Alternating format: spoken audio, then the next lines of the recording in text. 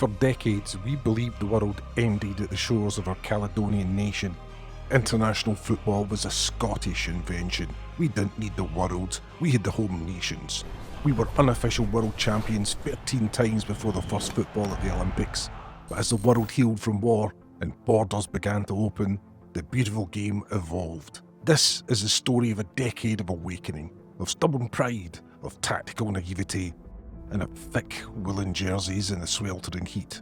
There are no players left to tell the story of Scotland at the World Cup in the 1950s, so we went straight to the central database of Scottish football, the brain of Scottish Football Museum's Andy Kerr, to tell their tale.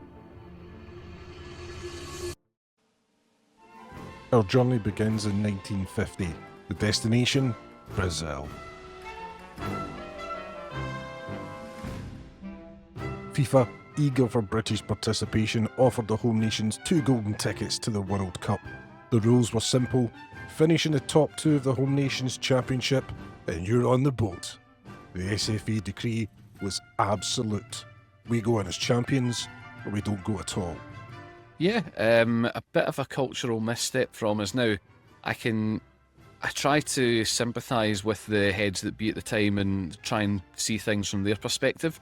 FIFA had graciously allowed the 4 home nations not to compete against other foreign, as they would call it, countries, and just use the home nations championship as the barometer for who should get to go to the World Cup. So they graciously said the top 2 teams out of England, Scotland, Wales and Ireland, as it was at the time, no Northern Ireland quite yet in 1950, the top 2 could go to Brazil and represent it. But we had said that we were only going to go if we finished top of the group, possibly because of pride and wanting to make sure we were the best if we were going to represent Britain on the continent.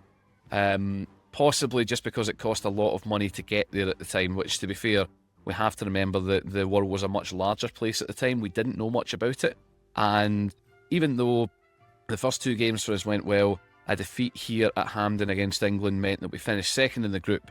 And despite the players' protests, the Scottish FA board were unmoved. They decided that we weren't going to go. Now, the English FA at that point even said to their players, go on, convince the Scots. So they tried to convince us by sharing the costs with us with travel over, convincing us it'll be a jolly old time, we'll all get on, because I've no doubt that the players would have all got on with each other. But as it turns out, the heads that be at the time decided it wasn't for them. So unfortunately we did miss out. Now, maybe, we don't know what could have happened, but given that England didn't perform well, you don't know what could have happened to us there. 4 years later, the stubbornness had faded, but the amateurism remained. 1954, Switzerland. Scotland decides it's time to show the world what we're made of. The problem? We hadn't bothered to ask what the world was actually like. 1954, Scotland go to Switzerland, which is not noted as being the coldest place on the planet, but Scotland got a few things wrong in their preparation. Yeah, so firstly was the lack of research. So we had qualified, we came second again in the home nations, and that was the last time that we would use the home nations as the barometer for going to the World Cup. Came second, but this time we decided maybe we should give it a go. But we didn't really bother to ask anyone, what's it like, how should we prepare, how many players should we even bring. So for example, you were allowed to bring a squad of 22, which at the time was very generous in the pre-substitute days. But of a squad of 18 who were picked to have their kind of pre-tournament camp, we only took 13, and the rest of the seats were taken up on the plane by the wives of the Scottish FA committee, which is maybe a great way if you want to get in good favour with your spouse. Not such a great way to tackle a World Cup, especially when 2 of those players are goalies. So, no subs. You're kind of limited to what you can have on the pitch. And you also are correct in saying, for preparation, we didn't really know what Switzerland was like. As I said, for Brazil, the world was a much bigger place back then, and nowadays Switzerland's only 2 hours away in a plane. Back then it seemed a million miles away, and we decided in our infinite wisdom that because there were mountains and the perception is skiing holidays and cold, we were going to take the winter kit. Unfortunately, it turns out that in the summer in the lowlands of Switzerland it's very not cold, and our players were complaining that the winter kit was just too thick, too heavy and too sweaty, because the goalie Fred Martin complained that one of the games that he almost passed out due to heat exhaustion during the national anthem, and you know when the game hasn't even started, you're going to be in bother if you're going to want to pass out and fall asleep. If you can kind of think of a fisherman's roll mop jumper, it wasn't a million miles away from what Fred Martin would have been wearing, and the outfield players would have had a thick grade of cotton. It would be quite like an old-fashioned rugby shirt that they would have been wearing, with long sleeves, big Scotland badge on it, which, to be fair, did look very good.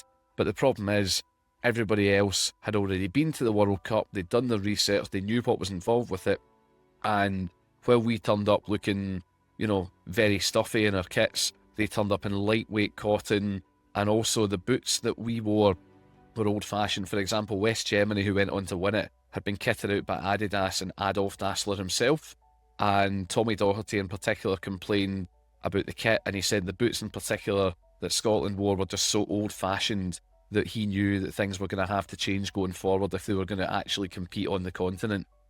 And if you didn't prepare, then ultimately it could lead to your downfall, and in our case it very much did. And looking at the first game we played, it was a bizarre format which was done by seeding in 1954, and at that point FIFA hadn't really decided what the best format of tournament was going to be.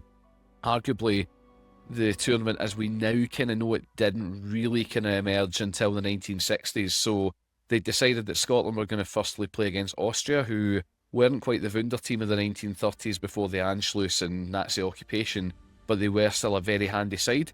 And there had also been a game relatively recently at that point here at Hampden Park between Austria and Scotland, which was very, very bad-tempered.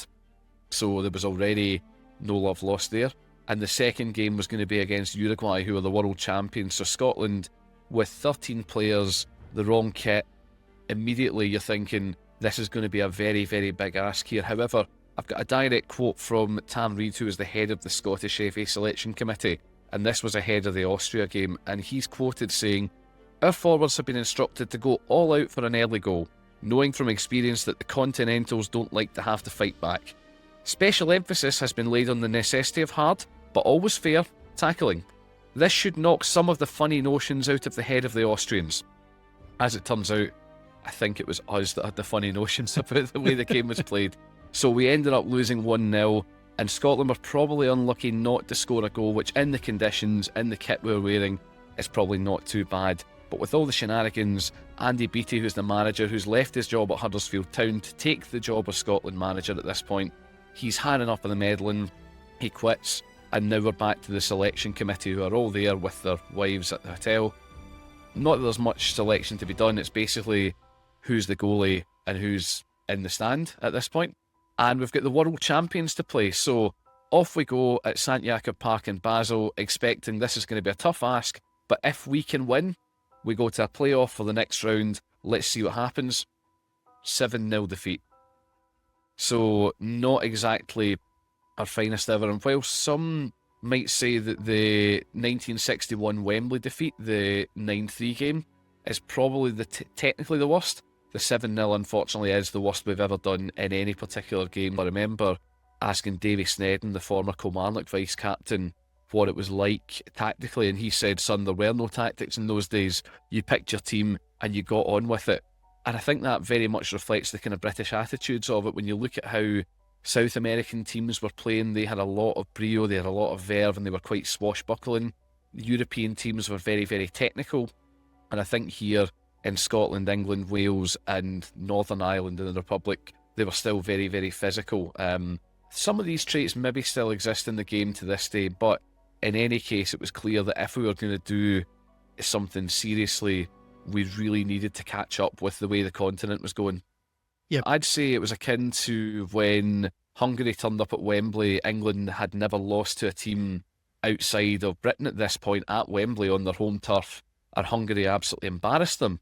And, loads of people left Wembley that night going, that was amazing. Okay, if you're English, you're saying our team got beat, but that was brilliant to watch. We've never seen football like that before. And of course, with the world being a much smaller place at the time, the only time you can actually see football of that calibre was if it came to you or you went to it. And you would have to go to it, so it would have to come to you, given you probably didn't have the money to travel abroad at the time. So it was a big shock. But I think there were coaches out there who looked at these things and went, this is how we can try and improve ourselves. By 1958, the selection committees were out, a proper manager was in. This time, we were ready, but we fell short of glory by a single goal. Wales advanced, Northern Ireland advanced, Scotland went home early. It was the gestation of an insufferable national tradition. Glorious failure. The 1950s closed and a Scottish nation forever changed. The heavy woolen jerseys were retired and our stubborn isolation was shattered. We had finally stepped onto the world stage, no longer the undisputed masters of the game we invented, but as its tragic heroes, forever bound to a legacy of beautiful heartbreak. But World Cup 2026 will be different, won't it?